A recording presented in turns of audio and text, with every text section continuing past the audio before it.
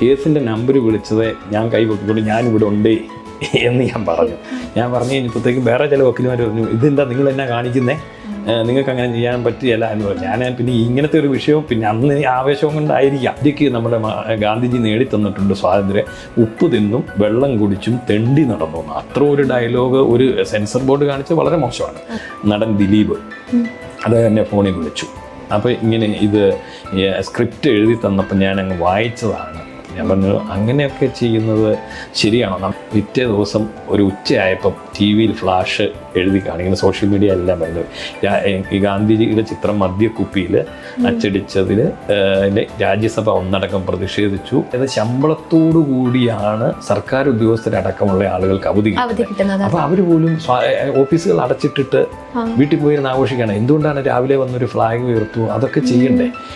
ഒരു എസ് ഹരീഷ് എന്ന് പറഞ്ഞ ഒരു എഴുത്തുകാരൻ, അദ്ദേഹം ഇന്ത്യൻ മിലിറ്ററിയെ വളരെ മോശമായിട്ട് ചിത്രീകരിച്ചു. എന്നിട്ടും അദ്ദേഹത്തിന് സർക്കാരിൻ്റെ പുരസ്കാരം കൊടുത്ത നാടാണ്.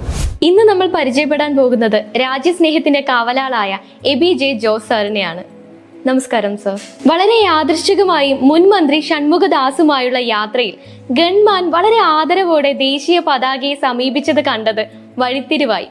ശേഷം 1999 ചരിത്ര പ്രധാനമായ വിധി വരെ ആ ഒരു നിമിഷം കൊണ്ടെത്തിച്ചു, അല്ലേ സർ? ഞാൻ ദേശീയഗാനം, ദേശീയ പതാക ഈ കാര്യങ്ങളിൽ പണ്ട് തൊട്ടേ ശ്രദ്ധാലുവാണ്. കാരണം എന്തുകൊണ്ടോ ഫാദർ മിലിറ്ററിയിലാണ്. അങ്ങനെ രാജ്യസ്നേഹവുമായി ബന്ധപ്പെട്ട കാര്യങ്ങളിൽ ഞാൻ അങ്ങനെ ആയിപ്പോയി. അപ്പോൾ ആയതിനു ശേഷം നമ്മൾ ഇത്തരം കാര്യങ്ങളൊക്കെ ഇങ്ങനെ ശ്രദ്ധിച്ച് പോയിക്കൊണ്ടിരിക്കുകയാണ്. അപ്പോൾ ഒരു ദിവസം നമ്മുടെ അന്തരിച്ച ഉഴവൂർ വിജയൻ, അദ്ദേഹം എൻ്റെ പ്രിയ സുഹൃത്താണ്. അപ്പോൾ അദ്ദേഹവുമായി ഒരുമിച്ച് ഞങ്ങൾ അദ്ദേഹത്തിൻ്റെ മിനിസ്റ്ററോടൊപ്പം കാഞ്ഞിരപ്പള്ളിയിൽ നിന്ന് പാലായിക്ക് വരികയായിരുന്നു. അപ്പോൾ വരുന്നതിനിടയ്ക്ക് പൈക ഭാഗം അവിടെ വന്നു കഴിഞ്ഞപ്പോഴത്തേക്കും വൈകുന്നേരമായി. വണ്ടി പെട്ടെന്ന് സൈഡിലോട്ട് ഒതുക്കിയിട്ട് വണ്ടി അങ്ങ് നിർത്തി.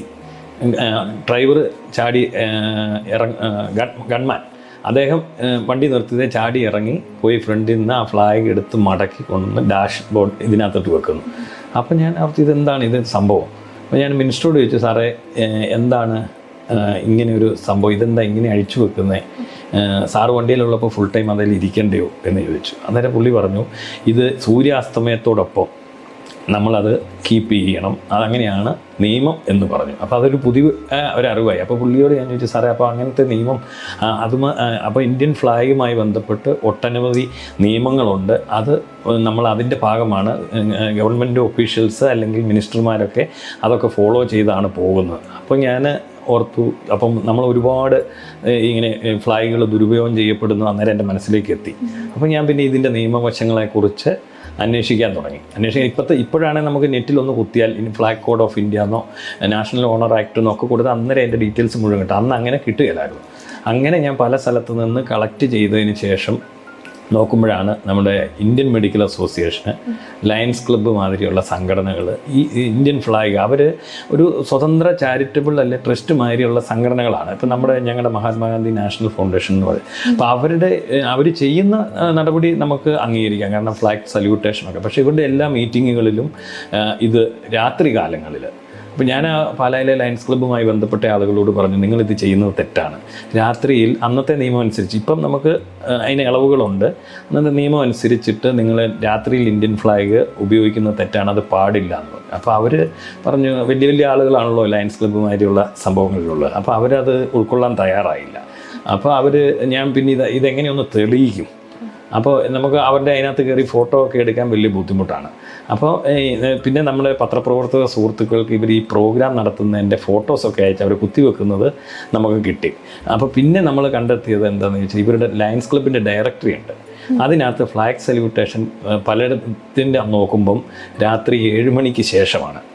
അങ്ങനെ അത് ഉൾപ്പെടെയുള്ള പല ദുരുപയോഗങ്ങളുടെയും ചിത്രങ്ങളും ഒക്കെ എടുത്തിട്ട് ഞാൻ ഒരു പരാതി കത്തായിട്ട്, ഇപ്പോൾ അന്ന് ഞാൻ എനിക്ക് അങ്ങ് തോന്നി കേരള ഹൈക്കോടതിക്ക് അയക്കാൻ. ഞാൻ ഈ കാര്യങ്ങളെല്ലാം വിശദമായിട്ട് എഴുതിയിട്ട് ഞാൻ അത് ചീഫ് ജസ്റ്റിസ് കേരള ഹൈക്കോടതി കൊച്ചി എന്ന് പറഞ്ഞ് അയച്ചു. അത് കഴിഞ്ഞ് കുറേ ദിവസം കഴിഞ്ഞ് പിന്നെ അത് നടപടി ആയോ ഇല്ലെന്ന് നമ്മൾ അപ്പോൾ ആ കുറേ ദിവസങ്ങളിലൊക്കെ നോക്കിയായിരുന്നു. പിന്നെ സാധാരണ നിലയിലായിപ്പോയി, അവരെ ശ്രദ്ധിച്ചിട്ട് കാണുകയില്ല എന്ന് കണ്ടിരിക്കുമ്പോഴാണ് എൻ്റെ ഒരു സുഹൃത്തായിട്ടുള്ള ജോർജ് കുട്ടി എന്ന് പറയുന്ന ഒരു അഭിഭാഷകൻ വിളിച്ചിട്ട് പറയുന്നു, നിങ്ങൾ ഇങ്ങനെ ഒരു കത്ത് അയച്ചായിരുന്നു, അത് ചീഫ് ജസ്റ്റിസ് AR ലക്ഷ്മണൻ അദ്ദേഹം അത് റിട്ട് ഹർജിയായിട്ട് എടുത്തിട്ടുണ്ടെന്ന് പറഞ്ഞു. അങ്ങനെ വന്നു കഴിഞ്ഞപ്പം ഞാൻ പറഞ്ഞു, എന്നാൽ പിന്നെ വക്കീലെ ഒരു കാര്യം ചെയ്യുക, ഇത് കോടതി വിളിക്കുന്ന ദിവസം ഒന്ന് വിളിക്കാമോ, എനിക്ക് വന്ന് കുറേ കാര്യം നിങ്ങളോടൊന്ന് പറയാനാണെന്ന് പറഞ്ഞു. അപ്പോൾ പുള്ളി പറഞ്ഞു, അങ്ങനെ കയറാവോ എന്നുള്ള കയറുന്നത് ശരിയാണോ എന്നുള്ള രീതിയിൽ എനിക്കൊരു സംശയം തോന്നിയപ്പം പറഞ്ഞു. പുള്ളി അന്നേരം ഒന്നും പറഞ്ഞില്ല, പറയാമെന്ന് പറഞ്ഞു. പിന്നെ പുള്ളി ഒരു ദിവസം എന്നെ ഫോണിൽ വിളിച്ചിട്ട് പറഞ്ഞു, നാളെ കേസ് ഇരിപ്പുണ്ട്, ഇന്ന കോടതിയിലാണെന്ന് പറയുന്നു. ഞാൻ ഇത് അന്ന് എൻ്റെ വേറൊരു സുഹൃത്ത് അഡ്വക്കേറ്റ് ബിനോയ് കല്ലുന്തലയ്ക്കൽ എന്ന് പറയും, പുള്ളിയോട് ഞാൻ പറഞ്ഞു എങ്ങനെയാണെന്നുണ്ടെങ്കിൽ, അപ്പോൾ അന്ന് എനിക്ക് വണ്ടിയൊന്നും ഇല്ല, അപ്പം പുള്ളിക്കൊരു മഹേന്ദ്രയുടെ ജീപ്പുണ്ട്. അപ്പോൾ പുള്ളിയോട് പറഞ്ഞു, എന്നെ ഒന്ന് എറണാകുളം കൊണ്ടുപോകാം, നിങ്ങളൊരു വക്കീലല്ലേ, നമുക്ക് ചർച്ച ചെയ്ത് അങ്ങ് പോകാമെന്ന് പറഞ്ഞു. അങ്ങനെ ആ വണ്ടിയെ കയറി എറണാകുളത്ത് ചെന്നു, ഹൈക്കോടതി ചെന്ന് വണ്ടി പാർക്ക് ചെയ്ത് ഞങ്ങൾ കോടതി നമ്മുടെ മറ്റേ വക്കീലും ഉണ്ട്, ജോർജ് കുട്ടി എന്ന് പറഞ്ഞു. പുള്ളി എന്നോട് പറഞ്ഞു, കോർട്ട് നമ്പർ ഞാൻ വിട്ടുപോയി, 13 എന്തോ ഒരു ഹാള് അവിടെയാണെന്ന് പറഞ്ഞു. അപ്പം കോടതി തുടങ്ങുന്നതിന് മുമ്പ് ചെന്ന് അവിടെ വലിയ തിരക്കും ബഹളമൊന്നുമില്ല. ഈ കോടതി തുടങ്ങാറായി കഴിഞ്ഞപ്പോഴത്തേക്ക് ഇങ്ങനെ ഗൗണ് വിട്ട് 100 കണക്കിന് വക്കീൽമാർ വന്ന് ഇടിച്ച് തിക്കി അങ്ങ് നിൽക്കുകയാണ്. അപ്പം ആ ഹാൾ മുഴുവൻ നിറഞ്ഞ് നിൽക്കുക. അപ്പോൾ ഈ നിന്നു. ഞാൻ ഈ ഫയലെല്ലാം മടക്കി നമ്മൾ ഈ വക്കീൽമാർ പിടിക്കുന്ന ലീഗൽ ഷീറ്റ് പിടിക്കുന്ന ഇതെല്ലാം പൊതിഞ്ഞ് കെട്ടി ഇങ്ങനെ നിൽക്കുക. അപ്പം കേസിൻ്റെ നമ്പർ വിളിച്ചത് ഞാൻ കൈ പൊക്കിക്കൊണ്ട് ഞാനിവിടെ ഉണ്ട് എന്ന് ഞാൻ പറഞ്ഞു കഴിഞ്ഞപ്പോഴത്തേക്കും വേറെ ചില വക്കീൽമാർ പറഞ്ഞു, ഇതെന്താ നിങ്ങൾ എന്നാ കാണിക്കുന്നേ, നിങ്ങൾക്ക് അങ്ങനെ ചെയ്യാൻ പറ്റുകയില്ല എന്ന് പറഞ്ഞു. ഞാൻ പിന്നെ ഇങ്ങനത്തെ ഒരു വിഷയവും പിന്നെ അന്ന് ആവേശവും കൊണ്ടായിരിക്കാം ചാടി ഇത് പറഞ്ഞു കഴിഞ്ഞപ്പോഴത്തേക്കും അന്ന് ജസ്റ്റിസ് KS രാധാകൃഷ്ണൻ അദ്ദേഹത്തിൻ്റെ ബെഞ്ചിലാണ് ഇത് ഫോർവേഡ് ചെയ്ത് വന്നത്. അപ്പോൾ പുള്ളി എന്താണെന്ന് ചോദിച്ചു. അപ്പോൾ ഞാൻ പറഞ്ഞു, ഞാനാണ് പരാതിക്കാരൻ, എന്താണെന്ന് ചോദിച്ചു. എന്നിട്ട് ഞാൻ പറഞ്ഞു, പരാതിക്കാരൻ ഞാനാണ്, എൻ്റെ കയ്യിൽ കൂടുതൽ തെളിവുകളുണ്ടെന്ന് പറഞ്ഞു. അന്നേരത്തേക്കും ജഡ്ജി അങ്ങനെ പറഞ്ഞപ്പോഴത്തേക്കും വക്കീലുകാരും മാറിത്തന്നു. ഞാൻ നേരെ മുമ്പോട്ട് കടന്നു ചെന്ന് കഴിഞ്ഞപ്പോഴത്തേക്കും അദ്ദേഹം പറഞ്ഞിട്ട് ബെഞ്ച് ക്ലർക്ക് ഈ പേപ്പറെല്ലാം കൂടെ വാങ്ങിച്ചു. ഞാൻ അന്നേരം കുറേ ഫോട്ടോസും കുറേ ഇതിവിടെ ഉള്ളതെല്ലാം കൂടെ കളക്ട് ചെയ്ത് അദ്ദേഹത്തിൻ്റെ അടുത്ത് കൊടുത്തു. അപ്പോൾ ഇത് എന്താണ് എന്ന് വെച്ചാൽ ഞാൻ പറഞ്ഞു, ഇങ്ങനെ ഒരുപാട് തെളിവുകൾ കിട്ടിയിട്ടുണ്ട്, ഇതെല്ലാം കൂടെ ഒന്ന് കോടതിയെ ബോധിപ്പിക്കാനാണ് കേസ് വിളിച്ചു എന്നറിഞ്ഞ് വന്നതാണെന്ന് പറഞ്ഞു. അപ്പം അന്ന് നമ്മുടെ സുരേഷ് കുറുപ്പിൻ്റെ സഹോദരൻ K ഗോപാലകൃഷ്ണക്കുറുപ്പാണ് സർക്കാർ വക്കീൽ. അപ്പോൾ അദ്ദേഹത്തോട് ചോദിച്ചപ്പോൾ അദ്ദേഹം പറഞ്ഞു, ഫ്ലാഗ് കോഡ് ഓഫ് ഇന്ത്യ എന്ന് പറഞ്ഞൊരു നിയമമുണ്ട്, ഇദ്ദേഹം പറഞ്ഞതെല്ലാം കറക്റ്റാണ്, പക്ഷെ അത് ഡൽഹിയിൽ നിന്ന് വരുത്തിക്കാൻ കൊടുത്തിട്ടുണ്ട്, സമയം വേണമെന്ന് പറഞ്ഞു. അപ്പോൾ പിന്നീട് എന്നോട് ചോദിച്ചു, കൂടുതൽ എന്തെങ്കിലും പറയാനുണ്ടോ എന്ന് ചോദിച്ചു. ഞാൻ പറഞ്ഞു, ഇത് ഈ വരുന്ന സ്വാതന്ത്ര്യദിനത്തിന് മുമ്പ് 99 ഒരു വിധി വന്നാൽ ആളുകൾ പെട്ടെന്ന് ശ്രദ്ധിക്കും, അപ്പോൾ അത് ചെയ്തു തന്നാൽ ഉപകാരമായി എന്ന് പറഞ്ഞു. പുള്ളി അന്നേരം ഒന്നും പറഞ്ഞില്ല. ഞാൻ ചോദിച്ചു, സാറേ ഞാൻ ഇനി വരണമെന്ന് ചോദിച്ചു, കേസ് വിളിക്കും. അതോടെ പറഞ്ഞു, വേണ്ട പോകാമെന്ന് പറഞ്ഞു. ഞാനിങ്ങ് പോന്നു. അത് കഴിഞ്ഞാണ് ആഗസ്റ്റ് 11-ാം തീയതിയാണ് ആ വിധി. പക്ഷെ അന്ന് സോഷ്യൽ മീഡിയ ഒക്കെ ഉണ്ടായിരുന്ന കുറേയും കൂടെ ആളുകൾ അറിഞ്ഞു പോയേനെ. അപ്പോൾ അത് വളരെ കൃത്യമായിട്ട് ഇതിനകത്ത് ജഡ്ജ്മെൻറ്റിൽ ഇത് എങ്ങനെയാണ് നമ്മുടെ ഫ്ലാഗ് രൂപപ്പെട്ടു വന്നതെന്നും അതിൻ്റെ ഫുൾ സ്റ്റോറി, അത് ഫ്ലാഗ് കോഡ് ഓഫ് ഇന്ത്യ പ്രകാരമുള്ള നിയമവശങ്ങളെല്ലാം എടുത്തു പറഞ്ഞുകൊണ്ട് അദ്ദേഹം കൃത്യമായിട്ട് പറഞ്ഞു. അതിനകത്ത് എനിക്കൊരു സന്തോഷകരമായ ഒരു സാധനം ഉണ്ടായെന്ന് പറഞ്ഞാൽ, നമ്മുടെ ദേശീയ ബോധത്തെ കോടതി അഭിനന്ദിക്കുകയും കൂടെ ചെയ്തിട്ടുണ്ട് അതിൽ. പിന്നെ ഇതെന്ന് പറഞ്ഞാൽ അതിനകത്ത് നമ്മൾ പാർട്ടി ഇൻ പേഴ്സൺ നേരിട്ട് ഹാജരായി എന്ന് അതിൽ എഴുതിയിട്ടുണ്ട്. അഡ്വക്കേറ്റ് ഇല്ലാതെ നേരിട്ട് ഹാജരായി എന്ന് എഴുതിയിട്ടുണ്ട്. അപ്പം നമ്മുടെ പേരിൽ തന്നെയാണ് ആ കേസ് കിടക്കുന്നത്. അതുകൊണ്ട് അത് കുറേ ഇങ്ങനെ ലീഗൽ ജേർണലുകളിലും ഒക്കെ വന്നിട്ടുണ്ട്. പല കേസുകളിലും അത് ഇങ്ങനെ എടുത്ത് പരിശോധിച്ച് പരാമർശിക്കപ്പെട്ടു പോകുന്നത് കാണുമ്പോൾ നമ്മൾ ചെയ്തത് നല്ലൊരു കാര്യമാണെന്ന്. 27-കാരനായ ഒരു പയ്യൻ നിയമം പഠിച്ചിട്ടില്ല, എന്നാൽ തന്റെ മുൻപിൽ കണ്ട പതാകയോടുള്ള അനാദരവിനെ ചോദ്യം ചെയ്യാനായി തെളിവുകളുമായി കോടതി മുൻപിലെത്തി. സമൂഹം ഒന്നാകെ അമ്പരപ്പോടെ നോക്കി നിന്ന ആ നിമിഷത്തിന് 1/4 നൂറ്റാണ്ട് പിന്നിടുമ്പോൾ ഒരു ഇന്ത്യൻ പൗരൻ എന്ന നിലയിൽ എങ്ങനെ ഫീൽ ചെയ്യുന്നു? ഒരു ഇന്ത്യക്കാരൻ എന്നത് ഇത് കണ്ടല്ലോ, രോമം എഴുന്നേറ്റ് നിൽക്കും. അത് അങ്ങനെയാണ്. അത് പറയുമ്പോൾ നമുക്കൊരു ഭയങ്കര ഇതാണ്. നമ്മൾ ഇന്ത്യക്കാരൻ എന്ന് പറയുമ്പം നമ്മൾ പൂർണ്ണ അഭിമാന ബോധത്തോടെ കൂടി പറയാൻ നമുക്ക് പറ്റും. മറ്റൊരു രാജ്യത്തേക്കാൾ നമുക്ക് പറയാൻ പറ്റും. അപ്പോൾ ഇന്ത്യൻ മിലിറ്ററിയൊക്കെ എനിക്കിപ്പോൾ ചിലപ്പോൾ നമ്മുടെ ഈ യുദ്ധരംഗങ്ങളിലൊക്കെ നമ്മൾ ഒറിജിനലായിട്ട് കാർഗിലിൻ്റെ ഒക്കെ ഇഷ്യൂ വരുമ്പോഴത്തേക്കും നമുക്ക് കണ്ണു നിറഞ്ഞു വരാറുണ്ട്. കാരണം എത്രയോ പട്ടാളക്കാരാണ് മരിച്ചു പോകുന്നത്. നമുക്ക് അത് ആർക്ക് വേണ്ടി? നമുക്ക് വേണ്ടി. ഒരു മിലിറ്ററിയൊക്കെ ആളുകൾ എന്തോരം കുറ്റം പറയുന്നുണ്ട്. പക്ഷെ അത് എന്തുകൊണ്ട് ഇതൊക്കെ ചെയ്യുമ്പം നമുക്ക് വളരെ അഭിമാനബോധം. നമുക്ക് സ്വാതന്ത്ര്യം നേടിത്തന്നത് ഈ പതാകയ്ക്ക് കീഴിൽ നിന്നുകൊണ്ടാണ്. അതായത് ഈ പല ഘട്ടങ്ങൾ കടന്നിട്ടാണ് ഇപ്പോഴത്തെ നമ്മുടെ അശോക ചക്രത്തോടു കൂടിയ ദേശീയ പതാക ഉണ്ടായത്. അപ്പോൾ ഈ ദേശീയ പതാക എന്ന് പറയുമ്പോൾ മറ്റ് രാജ്യങ്ങൾ അല്ലെങ്കിൽ നമ്മളൊരു സംഘടനയുടെ കൊടി എന്ന രീതിയിലാണ് ആളുകൾ ഇതിനെ ഒരു പരിഗണനയിൽ. ഇപ്പോൾ ഒരു രാഷ്ട്രീയ പാർട്ടിയുടെ ഒരു കൊടി നിലത്ത് കിടന്ന പ്രതിഷേധം എന്ന് പറഞ്ഞ് പത്രത്തിൽ കാണാം. പക്ഷേ ഇത് നമ്മുടെ ഇന്ത്യൻ ഫ്ലാഗ് നമ്മുടെ ഓരോരുത്തരുടെയാണ്. മറ്റേ ഒരു കോൺഗ്രസിൻ്റെയോ BJPയുടെയോ കമ്മ്യൂണിസ്റ്റ് പാർട്ടിയുടെയോ ഒക്കെ ഫ്ലാഗ് എന്ന് പറഞ്ഞാൽ ആ പാർട്ടിക്കാരുടെ മാത്രമാണ്. പക്ഷേ ഇത് ഇന്ത്യൻ ഫ്ലാഗ്, ഇന്ത്യൻ എന്ന് പറയുമ്പോൾ ഓരോ ഇന്ത്യക്കാരൻ്റെയാണ്. അങ്ങനെ ഒരു ബോധം നമുക്ക് ഇപ്പോഴും ഇവിടെ കിട്ടിയിട്ടില്ല എന്നുള്ളതാണ്. ഇപ്പോൾ ദേശീയഗാനമാകട്ടെ ദേശീയ പതാകയാകട്ടെ ഇത് ഉപയോഗിക്കുന്ന കാര്യങ്ങൾ വരുമ്പോഴത്തേക്ക് ആളുകൾ വലിയ അതിൻ്റെ സ്വാതന്ത്ര്യത്തെക്കുറിച്ചും പൗരാവകാശത്തെക്കുറിച്ചും അങ്ങനത്തെ കാര്യങ്ങളാണ് അതിൽ പറയുന്നത്. അതൊരിക്കലും ശരിയല്ല. രാജ്യത്തിൻ്റെ പതാകയ്ക്ക് കൊടുക്കേണ്ട ഒരു പ്രാധാന്യം നമ്മൾ ഇതിന് ശേഷവും കോടതി വിധികൾ ഉണ്ടായിട്ടുണ്ട്, പല കാര്യങ്ങളുണ്ട്, ഗവൺമെൻറ് കൃത്യമായിട്ട് കാര്യങ്ങൾ പറയുന്നുണ്ട്. ഇതെല്ലാം ഉണ്ടായിട്ട് പോലും ആളുകൾ അതിനൊരു പ്രാധാന്യം കൊടുക്കുന്നില്ല എന്നുള്ളത് ഒരു പ്രശ്നമാണ്. കാരണം പലപ്പോഴും ദുരുപയോഗം നടക്കുന്നത് അറിവില്ലായ്മയുടെ കൂടെയും പിന്നെ അറിവുണ്ടായിട്ടും നടക്കുന്നുണ്ട്. ഈ അടുത്ത കാലത്ത് തിയേറ്ററുകളിൽ നമ്മൾ ദേശീയ ഗാനം ആലപിക്കണം. നമ്മുടെ രാജ്യത്തിന് വേണ്ടി എന്ത് ചെയ്തിട്ടുണ്ട്, സ്വന്തമായിട്ട് എന്ത് ചെയ്ത് കൊടുത്തിട്ടുണ്ടെന്ന് മാഡത്തിനോട് ചോദിച്ചാൽ എന്ത് പറയാൻ പറ്റും? രാജ്യത്തിന് വേണ്ടി എന്ത് ചെയ്തിട്ടുണ്ട്? അതെ, അത് ക്വസ്റ്റ്യൻ തന്നെയാണ്. വെറും 59 സെക്കൻഡ് എണീറ്റ് നിന്ന് അതിനോട് ആദരവ് പ്രകടിപ്പിക്കാൻ കഴിയാത്ത ആളുകളാണ് മലയാളികൾ. അതെന്തൊരു മോശം പരിപാടിയാണ്. അപ്പോൾ ഇപ്പം ആളുകൾക്കത് കൂടണ്ടെങ്കിൽ മാറി നിൽക്കുക, എങ്കിലും അത് പാടരുതെന്നും പറഞ്ഞ് വലിയ ആളുകൾ അതിനെതിരെ പറഞ്ഞുകൊണ്ടിരിക്കുകയാണ്. എന്നാൽ ഈ പറയുന്ന ആളുകളെല്ലാം അവകാശങ്ങൾക്ക് വേണ്ടി ഭയങ്കരമായിട്ട് രംഗത്തിറങ്ങുന്നുണ്ട്. കടമ, നമ്മുടെ ഇന്ത്യൻ ഭരണഘടന ആർട്ടിക്കിൾ 51A അത് ഓരോ പൗരൻ്റെയും കടമയാണ് ദേശീയ ഗാനത്തെയും ദേശീയ പതാകയെ ആദരിക്കുക എന്നുള്ളത്. അത് പക്ഷേ അത് ആളുകൾക്ക് അത് ഭയങ്കര മടിയാണ്. നമുക്ക് മലയാളികൾക്കുള്ള ഒരു പ്രധാന പ്രശ്നം എന്ന് പറഞ്ഞാൽ നിയമം അനുസരിക്കാൻ വളരെ മടിയാണ്. ഈ പറയുന്ന ആളുകൾ ഇന്ത്യ വിട്ട് മറ്റൊരു രാജ്യത്ത് നിന്നാൽ ഏറ്റവും കൂടുതൽ നിയമം അനുസരിക്കപ്പെടുന്ന ആളുകളായിട്ട് കാണപ്പെടാൻ പറ്റും. അതെന്തിനും നമ്മുടെ നാട്ടിൽ വരുമ്പോൾ എന്താണ് ഇങ്ങനെ ചെയ്യുന്നതെന്നാണ് മനസ്സിലാത്തത്. അപ്പോൾ അത് ഫ്ലാഗിനെ ആദരിക്കുക എന്നത് കൃത്യമായിട്ടുള്ളതാണ്.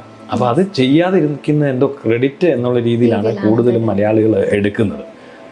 അതൊരു സങ്കടകരമായ കാര്യമാണ് ഇപ്പോഴും അവശേഷിക്കുന്നത്.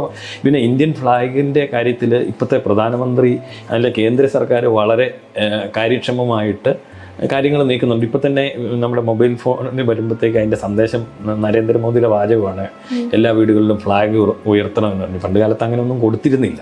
അതിന് കുറേയൊക്കെ മാറ്റങ്ങൾ വന്നുകൊണ്ടിരിക്കുന്നു എന്ന് തോന്നുന്നു.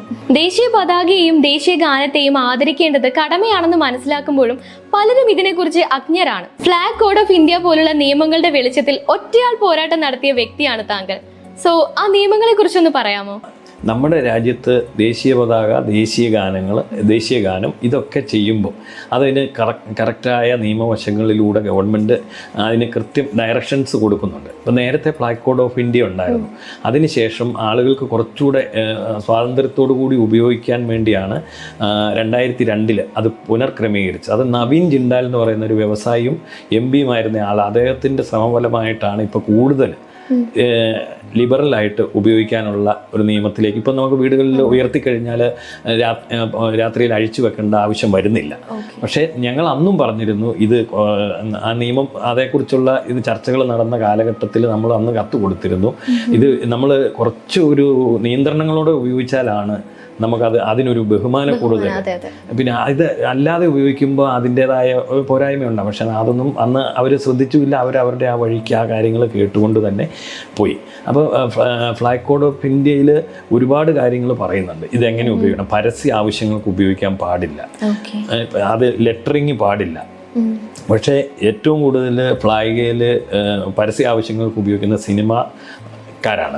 സിനിമാക്കാർ അത് ഉണ്ട്. ഇപ്പോൾ ഈ ഏറ്റവും അടുത്ത കാലത്ത് ഇന്ത്യൻ 2 കമലഹാസൻ്റെ അദ്ദേഹത്തിൻ്റെ ആദ്യത്തെ പടം കാണുമ്പോൾ നമുക്ക് രോമാഞ്ചം ഉണ്ടാകാറൊക്കെ ഉണ്ട്. പക്ഷേ ഈ സിനിമയുടെ പോസ്റ്ററുകളിൽ മുഴുവൻ പരസ്യം ഇന്ത്യൻ ഫ്ലാഗും അതേ കമലഹാസന്റെ പടവും എന്നിട്ട് ഇവര് ദുബായി കൊണ്ടുപോയിട്ട് ആകാശത്തൂടെ ചാടുന്ന അതേ ഇന്ത്യൻ ഫ്ലാഗ് വലിച്ചു കൊണ്ടിട്ട് താഴോട്ട് ഇടുകയാണ്. വീഡിയോ ഒക്കെ പ്രചരിപ്പിച്ചിരുന്നു. നമ്മളത് സംബന്ധിച്ച് പരാതി കൊടുത്തിട്ട് എന്തോ സർക്കാർ സംവിധാനങ്ങൾ അത് ശ്രദ്ധിച്ചിട്ടേ ഇല്ല, നടപടി എടുത്തിട്ടു. ഇതൊക്കെ സ്വാധീനമുള്ളവർക്ക് ആണ് നിയമങ്ങൾക്ക് ഒഴിവ്. നമ്മുടെ രാജ്യത്തെ നിയമങ്ങളെല്ലാം കർശനമാണ്, പക്ഷേ സ്വാധീനമുള്ളവർക്ക് അതിന് ഒഴിവ് കിട്ടുന്നുണ്ട്, സാധാരണക്കാരുടെ നിയമത്തിൽ പിടിക്കപ്പെടുന്നുമുണ്ട്.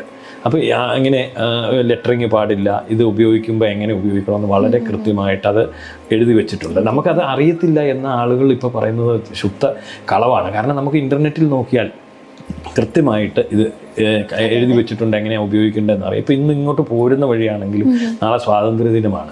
അപ്പോൾ ആളുകൾ വിളിച്ച് ഫ്ലാഗ് ഉയർത്തുന്ന എപ്പോഴാണ് എന്നൊക്കെ നമ്മളോട് ചോദിക്കുന്നത്, നമ്മൾ അതൊക്കെ പറഞ്ഞു കൊടുക്കുന്നുമുണ്ട്. അപ്പോൾ ഇത്തരം കാര്യങ്ങളെ ഒന്നുകൂടി കൺട്രോൾ ചെയ്യാൻ വേണ്ടിയാണ് 71 നാഷണൽ ഹോണർ ആക്ട് എന്ന് പറഞ്ഞൊരു ആക്ട് കൂടെ ഉണ്ട്. ഇത് രണ്ടിൻ്റെയും വെളിച്ചത്തിലാണ് നമ്മുടെ ദേശീയ പതാകയെ നമ്മളത് ഉപയോഗക്രമം ചിട്ടപ്പെടുത്തിയിരിക്കുന്നത്. ഇപ്പം ഇത് ബോധപൂർവം ഇതിനെതിരെ എന്തെങ്കിലും ചെയ്തിട്ടുണ്ടെങ്കിൽ 3 വർഷം തടവ്, പിഴ, ഇവ രണ്ടു കൂടിയും കിട്ടാവുന്ന കുറ്റകരമായിട്ടാണ് ഇതിനെ കണക്കാക്കപ്പെടുന്നത്. ദേശീയ പതാകയോടുള്ള അനാദരവ്. പിന്നെ അത് ഫ്ലാഗ് കോഡിൽ അനാദരവ് എന്ന് പറഞ്ഞു കൊടുത്താൽ ഇൻകറക്റ്റ് ഡിസ്പ്ലേ എന്നൊക്കെ പറഞ്ഞ് കൃത്യമായിട്ട് കൊടുക്കും. അതെങ്ങനെ നമ്മുടെ ഇന്ത്യൻ ഫ്ലാഗ് എന്ന് പറഞ്ഞാൽ 2:3:2 അനുപാതത്തിലുള്ളതും അശോകചക്രം നടുക്കുള്ളതുമായിരിക്കണം. അത് ചെളി പറ്റാൻ പാടില്ല. അപ്പോൾ ചെളി പറ്റി മോശമായ പതാക എന്ന് പറയുന്നത് വളരെ രഹസ്യമായിട്ട് അത് പൂർണ്ണമായിട്ട് കത്തിച്ച് കളയണം എന്നാണ് അതിൻ്റെ നിയമം. പിന്നെ പ്ലാസ്റ്റിക്കിൽ ഇന്ത്യൻ ഫ്ലാഗ് ഉപയോഗിക്കാൻ പാടില്ല. പിന്നെ നമ്മുടെ സ്കൂളുകളിലൊക്കെ എല്ലാ ദിവസവും ഉയർത്താവുന്നതാണ്. നമ്മളിപ്പോൾ ഒരു നിർദ്ദേശം സർക്കാരുകൾക്ക് കൊടുക്കുന്നുണ്ട്. കാരണം നമ്മുടെ ഇവിടെ സ്കൂളുകളിൽ ദേശീയഗാനം വൈകുന്നേരങ്ങളിൽ പാടുന്നുണ്ട്. പക്ഷേ രാവിലെ ഫ്ലാഗ് സല്യൂട്ടേഷനും ഇതൊക്കെ ഫ്ലാഗ് ഹോസ്റ്റിങ്ങും കൂടെ നടത്തിക്കഴിഞ്ഞാൽ പിള്ളേർക്ക് കൂടുതൽ നമ്മളെല്ലാം ഒന്നാണെന്നുള്ള ഒരു ചിന്തയിലോട്ട് വരുത്താൻ പറ്റും. അപ്പോൾ അത് ചെയ്യണം എന്നുള്ളൊരു ആഗ്രഹവും നമുക്കുണ്ട്. ഓരോ രാജ്യത്തിനും ദേശീയ ഗാനവും ദേശീയ പതാകയും ഉണ്ട്. മഹത്വരമായി ജനങ്ങൾ കാണേണ്ട ഇവയെ പലരും അനാദരവോടെ സമീപിക്കുമ്പോൾ അവയെ ചൂണ്ടിക്കാണിക്കാൻ സമൂഹം പരാജയപ്പെടുന്നു എന്ന് തോന്നുന്നുണ്ടോ? തീർച്ചയായിട്ടും. അത് എന്താണെന്ന് വെച്ചാൽ മാഡത്തിനും അതേ ഉത്തരവാദിത്തമുണ്ട്, ഓരോ ഇന്ത്യൻ പൗരനും ഉത്തരവാദിത്തമുണ്ട്. ഇപ്പൊ ചില ആളുകൾ നമ്മളോട് വിളിച്ചിട്ട് പറയും നമ്മൾ ഇത് ചെയ്യുന്നത് കൊണ്ടാണ്. അപ്പോൾ ചില ഇന്ന സ്ഥലത്ത് ഇന്നയാൾ, അവർക്ക് വിരോധം ഉണ്ടായിരിക്കാം, ആ വിരോധം ഇന്നയാൾ അത് ചെയ്തിട്ടുണ്ട്, നിങ്ങളിത് കണ്ടില്ലേ എന്ന് ചോദിച്ചുകൊണ്ടാണ് നമ്മളോട്. അപ്പം ഞാൻ അവരോട് പറയും, ഇത് ഞാനല്ലല്ലോ ആദ്യം കണ്ടത്, നിങ്ങൾക്കും എൻ്റെ ഉത്തരവാദിത്തം അല്ലെ നിങ്ങൾക്കുള്ള അതേ ഉത്തരവാദിത്തം എനിക്കും ഉള്ളൂ. പക്ഷെ നിങ്ങൾ അതെന്തുകൊണ്ട് ചെയ്യുന്നില്ല എന്ന് ചോദിക്കുമ്പോൾ അവർക്ക് മറുപടിയില്ല. പിന്നെ അറിയിച്ചതാണല്ലോ എന്ന് കരുതി പിന്നെ നമ്മളത് ചെയ്യും. അത് പിന്നെ ഒരാളെ ഉപദ്രവിക്കാൻ വേണ്ടി നമ്മൾ ഒരിക്കലും ദേശീയ പതാകയോ ദേശീയ ഗാനത്തെയോ ഉപയോഗിക്കാൻ പാടില്ല. ഇപ്പം നമ്മുടെ ഇവിടെ ഇപ്പോൾ രാഷ്ട്രീയത്തിൽ തന്നെ ഇപ്പോൾ പണ്ട് ഉണ്ടായ ഒരു സംഭവം എന്ന് പറഞ്ഞാൽ എൻ്റെ മനസ്സിൽ ഇപ്പോഴും കിടപ്പുണ്ട്. നമ്മൾ അന്നും ആ കാര്യം പറഞ്ഞതാണ്. ഈ മൂവാറ്റുപുഴയിൽ മുസ്ലിം ലീഗിൻ്റെ സ്വാതന്ത്ര്യ ദിനത്തിലാണ് മുസ്ലിം ലീഗിൻ്റെ കൊടി മരത്തേൽ ഇന്ത്യൻ ഫ്ലാഗ് ഉയർത്തി. ഒരു സാധാരണ ഹക്കീം എന്നാണെന്ന് തോന്നുന്നു അദ്ദേഹത്തിൻ്റെ പേര്, അവിടുത്തെ ഓഫീസ് സ്റ്റാഫാണ്.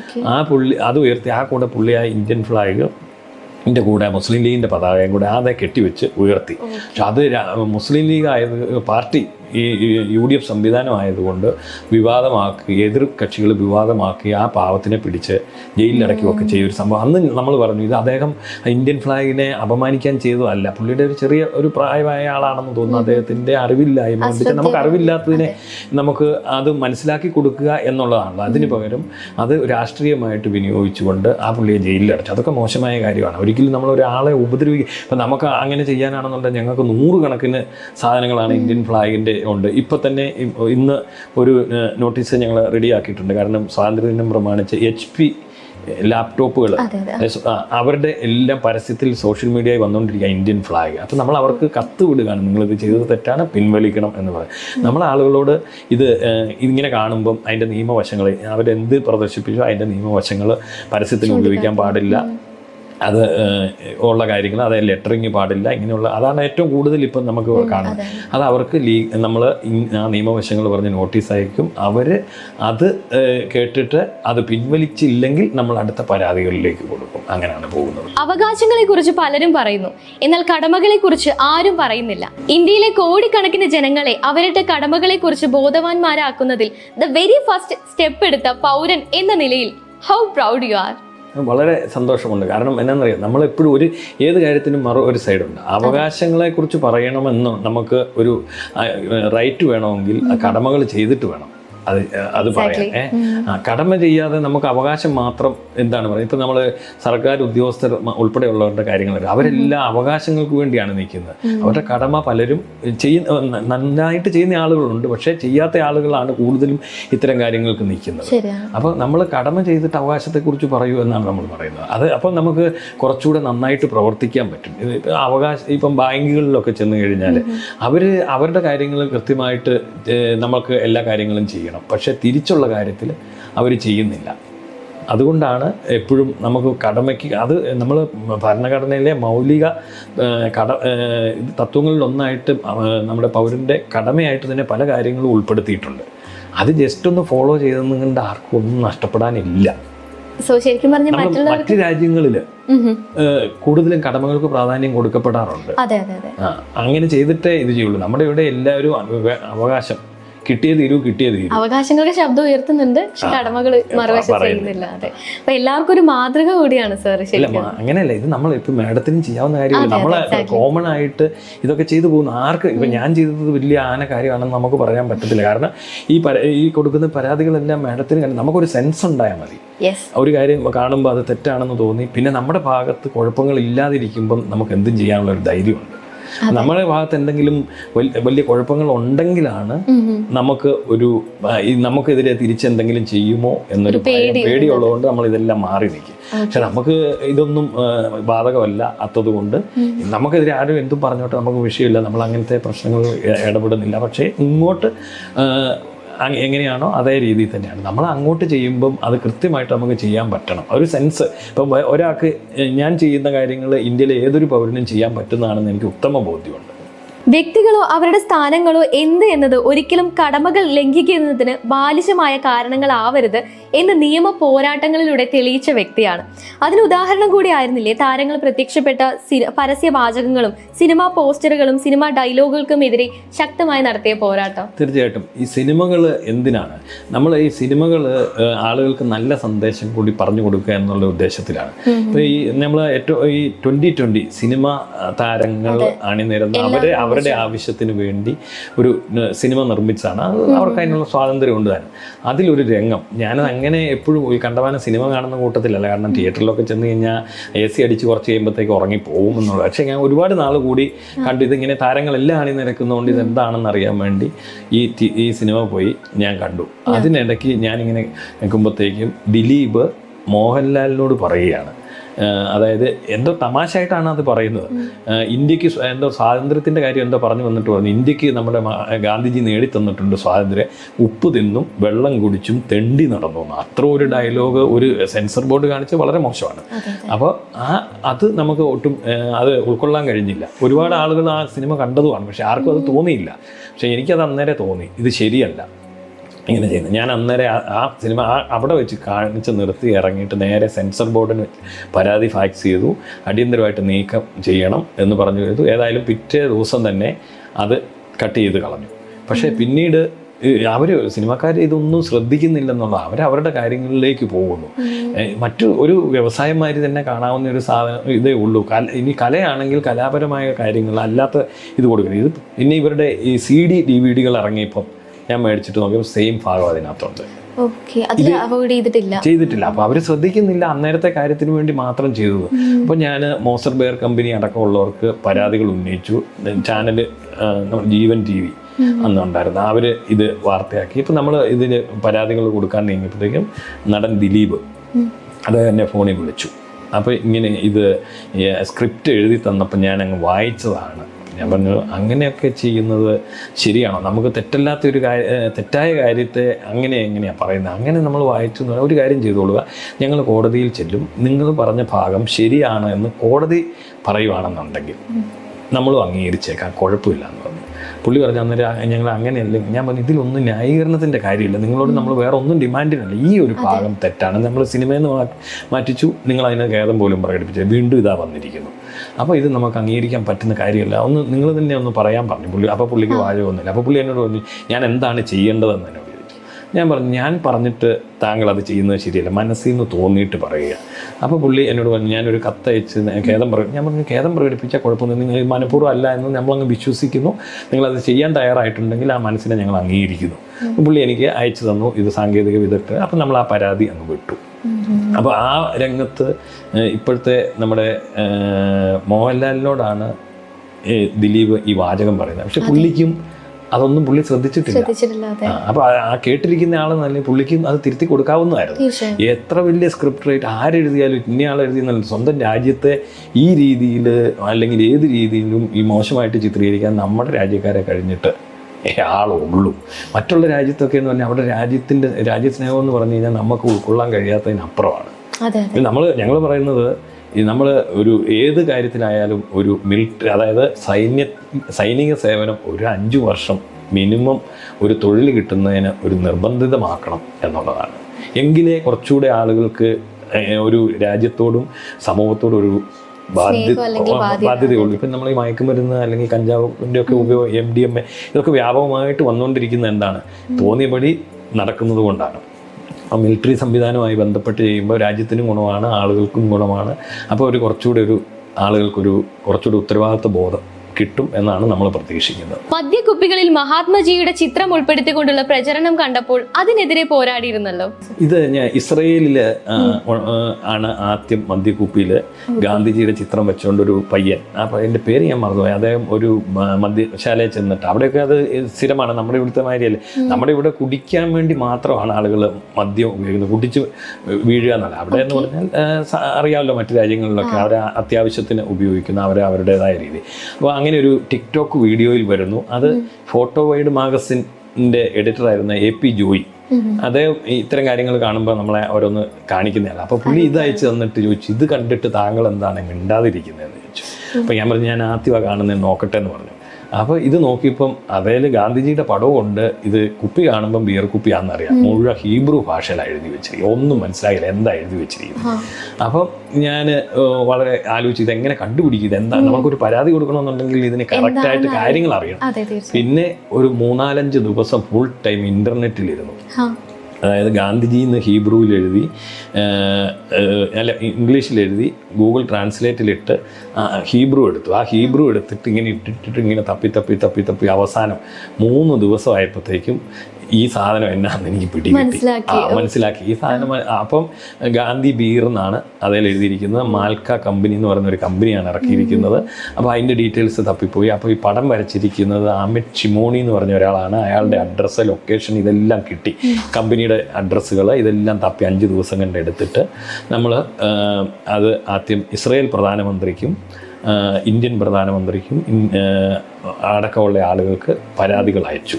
പരാതി അയച്ചിട്ട് നമ്മൾ ഈ കാര്യങ്ങൾ ശ്രദ്ധയിൽപ്പെടുത്തിയപ്പോഴത്തേക്ക് എന്തുകൊണ്ടോ നമ്മുടെ മലയാളം മീഡിയകൾ അത് ഗവനിച്ചില്ല കാര്യമായിട്ട്. പക്ഷേ ഇൻ്റർനാഷണൽ മീഡിയാസ് ഭയങ്കര വാർത്തയാക്കി. അത് PTI ന്യൂസും അവരാണ്, തിരുവനന്തപുരത്തുള്ള PTIയുടെ ആള് സന്തോഷ് സാർ, അദ്ദേഹം ഇത് വളരെ ഹൈലൈറ്റ് ചെയ്ത് ഇത് കൊടുത്തു. അതിനുശേഷം ഈ സാധനം ഇൻ്റർനാഷണലി അതിഗംഭീരമായിട്ട് ഈ പ്രശ്നം ഉയർന്നു വന്നു കഴിഞ്ഞപ്പം ഞാൻ ഇത് പിന്നെ ഇത് എന്തെങ്കിലും ചെയ്യണമല്ലോ, പരാതികളെ കൊണ്ട് മാത്രം നിന്നിട്ട് മാത്രം കാര്യമില്ല, മാറ്റം വരുത്തിയില്ലെങ്കിൽ എന്താവും എന്ന് കരുതി ഇങ്ങനെ ഞാൻ നമ്മുടെ കേരളത്തിലെ ചില MP-മാരുമായിട്ട് കോൺടാക്ട് ചെയ്ത് ഡീറ്റെയിൽസ് എല്ലാം അയച്ചു കൊടുത്തു. അപ്പോൾ അവർ അത് പഠിക്കട്ടെ എന്ന് പറഞ്ഞ് 2 ദിവസം പഠിച്ചുകൊണ്ടിരുന്നു. പക്ഷേ അപ്പോഴത്തേക്ക് നമുക്ക് ഇതിൻ്റെ ആ ഫ്ലോ കൃത്യം കിട്ടിയില്ലെങ്കിൽ പിന്നെ അതിനൊരു ബുദ്ധിമുട്ടാണല്ലോ എന്ന് കരുതിയിരിക്കുമ്പോഴാണ് നമ്മുടെ എൻ്റെ ഒരു സുഹൃത്ത് ഡൽഹിയിലുണ്ട്. അപ്പോൾ പുള്ളിയായിട്ട് ഞാനിങ്ങനെ സംസാരിച്ചപ്പോൾ പുള്ളി പറഞ്ഞു ആം ആദ്മി പാർട്ടിയുടെ MP സഞ്ജയ് സിംഗ് എന്ന് പറഞ്ഞ അദ്ദേഹത്തിന് കൊടുക്കുക, അദ്ദേഹം ഇത്തരം കാര്യങ്ങൾ കൈകാര്യം ചെയ്യുന്ന ആളാണ്. അപ്പോൾ ഞാൻ പറഞ്ഞു എനിക്ക് അദ്ദേഹത്തെ പരിചയമില്ല, എന്നെയും പരിചയമില്ല. പുള്ളി പറഞ്ഞു ഞാൻ വിളിച്ച് പറഞ്ഞേക്കാം, പുള്ളിയുടെ നമ്പരും തന്നു. എന്നിട്ട് ഞാൻ വാട്സപ്പ് ചെയ്തിട്ട് അദ്ദേഹത്തെ വിളിച്ചു. പുള്ളി പറഞ്ഞു ഞാൻ നോക്കിയിട്ട് വേണ്ടത് ചെയ്യാമെന്ന് പറഞ്ഞു. അപ്പോൾ ഞാൻ വീണ്ടും നമ്മുടെ കേരള MP-മാരുടെ മോഡലാണോ എന്നൊരു ധരിച്ചു പോയി. അപ്പോൾ ഞാൻ ഇനി എന്നാ ചെയ്യുന്ന അടുത്ത പരിപാടികളൊക്കെ എന്താണെന്ന് ഇങ്ങനെ ആലോചിച്ചുകൊണ്ടിരിക്കുമ്പം പിറ്റേ ദിവസം ഒരു ഉച്ചയായപ്പം TV-യിൽ ഫ്ലാഷ് എഴുതി കാണിക്കുന്ന സോഷ്യൽ മീഡിയ എല്ലാം വരുന്നത്. ഈ ഗാന്ധിജിയുടെ ചിത്രം മദ്യക്കുപ്പിയിൽ അച്ചടിച്ചതിൽ രാജ്യസഭ ഒന്നടക്കം പ്രതിഷേധിച്ചു. ഇന്ത്യ രാജ്യത്തിൻ്റെ പ്രതിഷേധം ഇസ്രായേലിനെ അറിയിക്കും എന്ന് പറഞ്ഞുകൊണ്ട് വളരെ കൃത്യമായിട്ട് ആ സാധനം വന്നു. അത് കഴിഞ്ഞ് ഒരു 3-4 ദിവസം കഴിഞ്ഞപ്പോൾ രാജ്യസഭ TV എടുത്ത് നോക്കി. ആ TV എടുത്ത് അത് അതിനകത്ത് എൻ്റെ ഒരു സുഹൃത്ത് പറഞ്ഞു നമ്മുടെ കാര്യം ഇങ്ങനെ പരാതിയുടെ കാര്യമൊക്കെ പറയാം. അപ്പോൾ അത് എടുത്ത് നോക്കിയപ്പം ഞാൻ ഇസ്രായേൽ പ്രധാനമന്ത്രിക്ക് ഇതിൻ്റെ പരാതി അയച്ചിട്ടുണ്ടെന്ന് അദ്ദേഹം കൃത്യമായിട്ട് എടുത്ത് അതിനകത്ത് പറഞ്ഞുകൊണ്ടാണ് ചെയ്യുന്നത്. അപ്പോൾ അത് ആ രാജ്യസഭ അന്ന് അതിനകത്ത് വളരെ ദീർഘനേരം അതിനകത്ത് ഇദ്ദേഹം നമ്മുടെ സഞ്ജയ് സിംഗ് ഇതിൻ്റെ കാര്യങ്ങൾ നമ്മൾ ആ കാര്യങ്ങൾ മുഴുവൻ പറഞ്ഞു കൊടുത്തത് അദ്ദേഹത്തോട് പറഞ്ഞു കൊടുത്തിരുന്നു. ഇസ്രായേലിനെ സംബന്ധിച്ച് ആദരവിൻ്റെ ഭാഗമായിട്ടാണ് അവർ ഇത് ചെയ്യുന്നത്. പക്ഷേ അത് നമ്മുടെ രാജ്യത്തെ സംബന്ധിച്ച് മദ്യപാനം എന്നുള്ളത് ഭരണഘടനയിലെ നിർദ്ദേശ തത്വങ്ങളിലൊന്നാണ്. ഘട്ടം ഘട്ടമായിട്ട് മദ്യം നിരോധിക്കും എന്നുള്ളത്. അതുകൂടാതെ അതിലപ്പുറം എന്ന് പറഞ്ഞാൽ ഗാന്ധിജി ജീവിതത്തിലുടനീളം മദ്യത്തിനെതിരെ നിന്നയാളാണ്. അപ്പോൾ അദ്ദേഹത്തിൻ്റെ ചിത്രം ഒരു കാരണവശാലും അത് ശരിയല്ല എന്ന് കണ്ടുകൊണ്ട് ആ കാര്യങ്ങളെല്ലാം പറഞ്ഞു പുള്ളി വളരെ നല്ല രീതിയിൽ അത് ഹിന്ദിയിൽ പ്രസൻറ്റ് ചെയ്തു പാർലമെൻറ്റ്. അപ്പോൾ ഗുലാം നബി ആസാദ് കോൺഗ്രസിന് വേണ്ടി പറഞ്ഞു. വെങ്കയ്യ നായിഡു അദ്ദേഹമായിരുന്നു രാജ്യസഭയുടെ അന്നത്തെ ചെയർമാൻ, ഉപരാഷ്ട്രപതി. അദ്ദേഹം പ്രത്യേക നിർദ്ദേശം രാജ്യസഭയിലുണ്ടായിരുന്ന വിദേശകാര്യമന്ത്രി ജയശങ്കറിന് നിർദ്ദേശം കൊടുത്ത് അത് അവർ ഖേദം പ്രകടിപ്പിച്ചുകൊണ്ട് അവിടുന്ന് പിൻവലിച്ചു.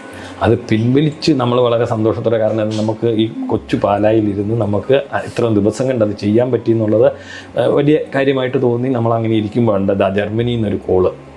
എൻ്റെ നമ്പർ എങ്ങനെയോ തപ്പിയെടുത്തിട്ട് അരുൺ എന്ന് പറഞ്ഞ ഒരാളാണ്. അദ്ദേഹം വിളിച്ചിട്ട് പറഞ്ഞു ഇവിടെ ഇസ്രായേൽ മാത്രമല്ല ചേട്ടാ, ചെക്ക് റിപ്പബ്ലിക്കിലും ഉണ്ട്. പുള്ളി ജർമ്മനിയിൽ നിന്ന് ചെക്കിൽ വിസിറ്റിന് പോയപ്പോൾ നേരത്തെ എടുത്തു വെച്ച ഇത് കണ്ടപ്പോഴാണ് പറഞ്ഞ് ഈ സാധനം എടുത്ത് നമുക്ക് തന്നു. അപ്പോൾ എന്ത് ചെയ്യാം, ഞാൻ വീണ്ടും ഇദ്ദേഹത്തെ നമ്മുടെ സഞ്ജയ് സിംഗിന് കൊടുത്തു. അപ്പോൾ പുള്ളി പറഞ്ഞു നമ്മളൊരു ഇഷ്യൂ റേസ് ചെയ്തതാണ്, ഇത് തിരുതൽ ഇങ്ങനെ കൊടുത്തു കഴിഞ്ഞാൽ അത് എങ്ങനെയാണ് ചെയ്യുന്നത്. അപ്പോൾ ഞാൻ പറഞ്ഞു ഇത് എന്ത് ചെയ്യാൻ പറ്റും. അപ്പോൾ പുള്ളി പറഞ്ഞു എന്നെ നോക്കാം എന്നുള്ളൂ പറഞ്ഞു. അപ്പോൾ എനിക്ക് തോന്നി പുള്ളി പാർലമെൻറ്റിൻ്റെ തിരക്കിലൊക്കെ ആയിട്ട് നിൽക്കുകയാണ്, പിന്നെ നമുക്ക് എന്ത് ചെയ്യാമെന്ന് ആലോചിച്ചു. അപ്പം ഞാൻ പിന്നെ നമ്മൾ ബുദ്ധി വർക്കൗട്ട് ചെയ്യുമല്ലോ. അങ്ങനെ ചെയ്ത് കഴിഞ്ഞപ്പം ഞാൻ ഇവിടുത്തെ ചെക്ക് എംബസിക്ക് ഒരു കത്തയച്ചു.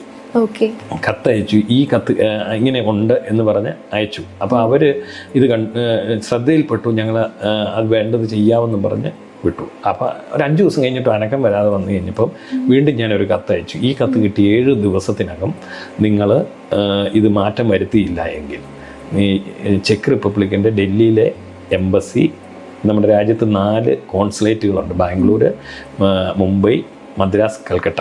ഇതിനു മുമ്പിൽ ഞങ്ങൾ പ്രതിഷേധ സമരം നടത്തുന്നതായിരിക്കും. അത് കുറിക്ക് കൊണ്ടു. കാരണം അവരെ സംബന്ധിച്ചെന്ന് പറഞ്ഞാൽ നമ്മുടെ ഇവിടെ ഇപ്പോൾ എനിക്ക് ഇവിടെ ഇരുന്ന് സമരം ചെയ്യാം. അങ്ങനെ ഒരു പ്രത്യേക സിറ്റുവേഷൻ ഉണ്ടല്ലോ, നമുക്ക് എവിടെയും സമരം ചെയ്യാനുള്ള ഉണ്ട്. അപ്പോൾ അത് അവർ പത്രങ്ങളിലൊക്കെ കാണുന്നതാണ്. ഡൽഹിയിലൊക്കെ ചുമ്മാ നിന്ന് സമരം പൊട്ടി പുറപ്പെടുന്നത്. അപ്പോൾ എന്നെ വെളുപ്പാങ്കാലത്ത് അവിടുന്ന് എംബസിന്ന് ആൾ വിളിച്ചിട്ട് പറഞ്ഞു നിങ്ങൾ സമരം ചെയ്യരുതെന്ന് പറഞ്ഞു. അപ്പം ഞാൻ പറഞ്ഞു ചെയ്യും, ഇത് ചെയ്താൽ മതി, ഞങ്ങളിത് നടപടി ശരി. ഞാൻ പറഞ്ഞു സാർ എനിക്ക് എഴുതി തരണം, മെയിൽ തന്നാൽ മതി, കുഴപ്പമില്ലെന്ന് പറഞ്ഞു.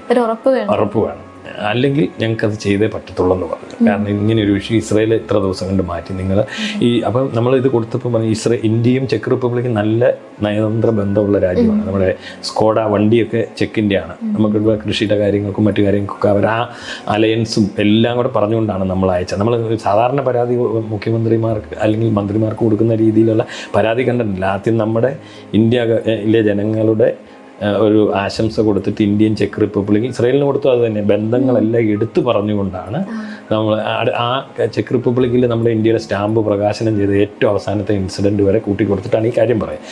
അപ്പോൾ അവർ കത്തയച്ചു തന്നു.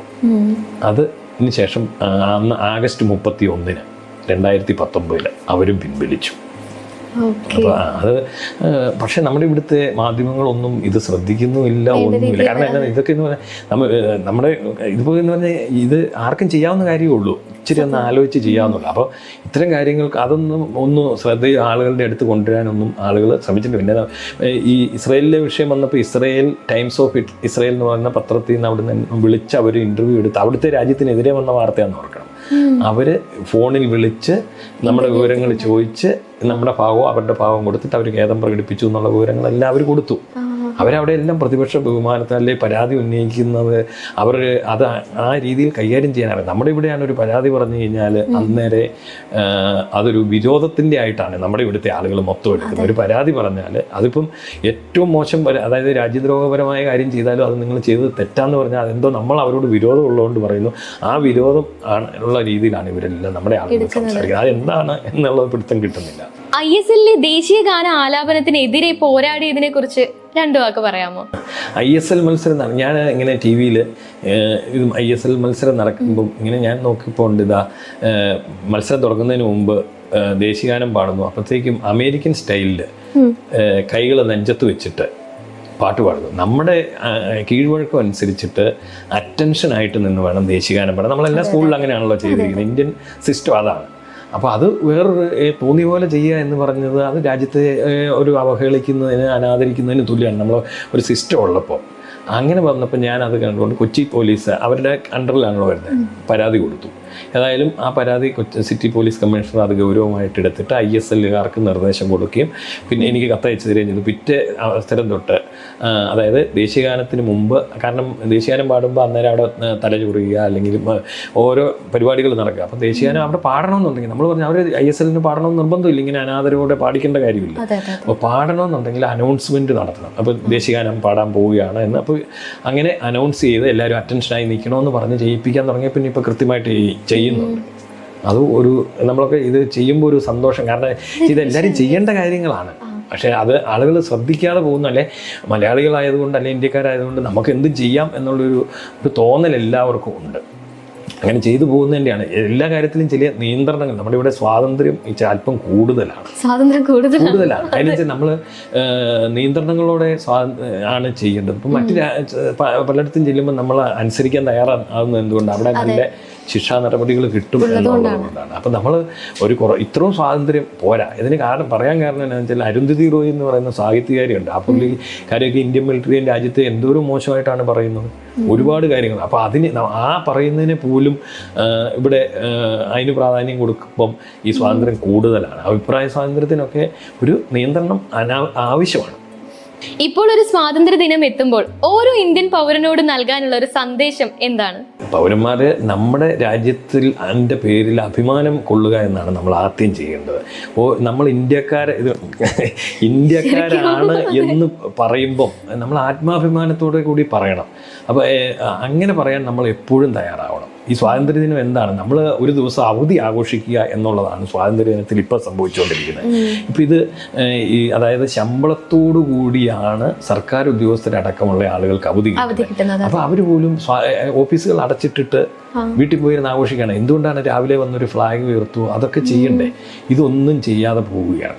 അപ്പോൾ അങ്ങനെ ഉള്ളത് മാറ്റിയിട്ട് നമ്മുടെ രാജ്യാഭിമാനം, അത് ഇന്ത്യക്കാരനായി എന്നുള്ളത് മറ്റു രാജ്യങ്ങളിൽ ചെന്ന് കഴിയുമ്പോൾ ഇന്ത്യക്കാരെന്ന് പറയുമ്പോൾ നമുക്കിവിടെ അനുഭവിക്കുന്ന ഒരു സ്വാതന്ത്ര്യം മറ്റൊരിടത്തും കിട്ടത്തില്ല. അപ്പം നമ്മുടെ ഈ സ്വാതന്ത്ര്യം കിട്ടിയത് എങ്ങനെയാണെന്നുള്ളതാണ് നമ്മൾ ഓർക്കേണ്ടത്. ഇപ്പോൾ ദേശീയഗാനം പാടുമ്പോഴാണെങ്കിലും ഇന്ത്യൻ ഫ്ലാഗ് ഉയർത്തുമ്പോഴാണെങ്കിലും നമ്മുടെ മനസ്സിലേക്ക് വരേണ്ടത് ഗാന്ധിജി അടക്കമുള്ള ആളുകൾ ജീവൻ വെടിഞ്ഞ്, സുഭാഷ് ചന്ദ്രബോസ്, ചന്ദ്രശേഖർ ആസാദ്, ഭഗത് സിംഗ്, ഇങ്ങനെ എത്രയോ ആളുകൾ സ്വന്തം ജീവൻ കളഞ്ഞിട്ട് മേടിച്ചു തന്നാണ് നമുക്ക് ഈ സ്വാതന്ത്ര്യം. ശരിയല്ലേ? അപ്പോൾ അത് നമുക്കറിയാവുന്ന ആളുകൾ, അറിയത്തില്ലാത്ത 10,000 ആളുകൾ വെടിയേറ്റ് മരിച്ച് ഓരോന്ന് നമുക്ക് കാണുമ്പം അത് ഉൾക്കൊണ്ടുകൊണ്ട് വേണം നമ്മൾ സ്വാതന്ത്ര്യദിനത്തെ സമീപിക്കാൻ.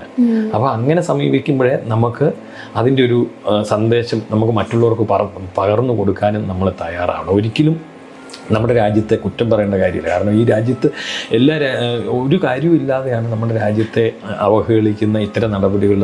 ഒരു എസ് ഹരീഷ് എന്ന് പറഞ്ഞ ഒരു എഴുത്തുകാരൻ, അദ്ദേഹം ഇന്ത്യൻ മിലിറ്ററിയെ വളരെ മോശമായിട്ട് ചിത്രീകരിക്കും. എന്നിട്ടും അദ്ദേഹത്തിന് സർക്കാരിൻ്റെ പുരസ്കാരം കൊടുത്ത നാടാണിത്. അപ്പോൾ നമ്മൾ എല്ലാ തരം ആളുകളെ അംഗീകരിക്കുകയും ഒക്കെ ചെയ്യുന്ന ഒരു രാജ്യമാണ്. ആ രാജ്യാഭിമാനത്തോടു കൂടി ഞാൻ ഇന്ത്യക്കാരനാണെന്ന് പറയുന്ന ഒരവസരം എന്ന് വരും എന്ന് എല്ലാവരും ഒറ്റ സ്വരത്തിൽ പറയുന്ന ഒരു ദിവസം വരണമെന്നാണ്. അതുപോലെ തന്നെ നമ്മളിപ്പോൾ ഒരു മതസംഘടനയുടെ ഒരു കൊടി വീടുകളിൽ കെട്ടാൻ പറഞ്ഞാൽ എല്ലാവരും കെട്ടുന്നുണ്ട്. അപ്പം സ്വാതന്ത്ര്യദിനത്തിൽ ഇപ്പോഴത്തെ എല്ലാ വീട്ടിലും ഫ്ലാഗ് ഉയർത്തണമെന്ന് പറഞ്ഞിട്ട് പോലും ഇപ്പോൾ ആളുകൾ മടിച്ചു നിൽക്കുകയാണ്. സ്വന്തം ഫ്ലാഗ് ഉയർത്താൻ മടിയുള്ള ആളുകൾ അതെല്ലാം ഉപേക്ഷിച്ചുകൊണ്ട് നമ്മൾ എല്ലാം ഭാരതീയരാണ് എന്നുള്ള ഒരു സങ്കല്പത്തിൽ എല്ലാവരും ഒന്നിച്ച് ഒരു സ്വാതന്ത്ര്യം ആഘോഷിക്കുന്ന ഒരു ദിവസം വരും എന്നുള്ളൊരു പ്രതീക്ഷയാണ് ഉള്ളത്. അത് നടക്കണം. അതെ, എത്രയും പെട്ടെന്ന് തന്നെ നടക്കണം. അത് പിന്നെ അങ്ങ് തുടർന്നും പോകണം. അപ്പം നമുക്ക് എല്ലാവർക്കും സന്തോഷത്തോടും നമ്മുടെ രാജ്യത്തിന് വേണ്ടി നിലകൊള്ളണം.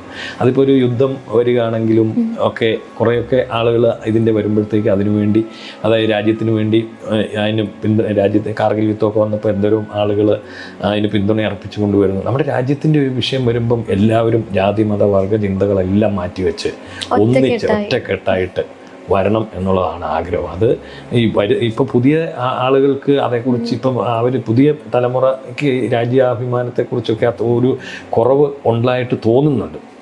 അവർക്ക് ഇൻ്റർനെറ്റ്, മറ്റു കാര്യങ്ങൾ, ഈ ഗെയിം കളി, ഇങ്ങനത്തെയുള്ള കാര്യങ്ങളും ഒക്കെ ആയിട്ടാണ് നീങ്ങുന്നത്. പക്ഷെ അതിനൊക്കെ മാറ്റം വരുത്തണമെങ്കിൽ മുമ്പേ പറഞ്ഞ മാതിരി ചെറുപ്പത്തിൽ തന്നെ ദേശീയബോധം ഉയർത്തുന്ന ക്ലാസ്സുകൾ, പിന്നെ ദേശീയഗാനം, ദേശീയ പതാക ഉയർത്തുന്നതൊക്കെ ചെയ്യാൻ എല്ലാവരും തയ്യാറാകണം എന്ന് മാത്രമാണ് പറയാനുള്ളത്.